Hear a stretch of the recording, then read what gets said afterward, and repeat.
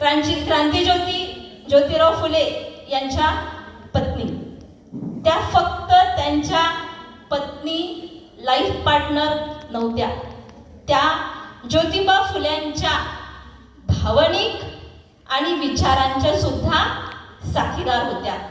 तेव्हाच ज्योतिबा फुल्यांचं निधन झाल्यानंतरही त्यांनी ते तब्बल ज्योतिबा फुलेंचं निधन 1890 मध्ये झालं आणि सावित्रीबाई फुलेंचं निधन 1897 मध्ये झालं.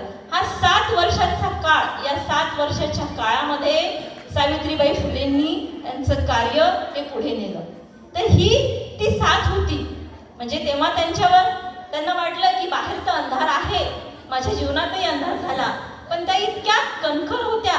त्यांना माहिती होतं, त्यांना ज्योतिबांनी सांगितलं होतं की हे कार्य तुला आता पुढे न्यायचं आहे आणि ते कार्य सावित्रीबाई फुलेंनी ते कार्य समोर नेलं.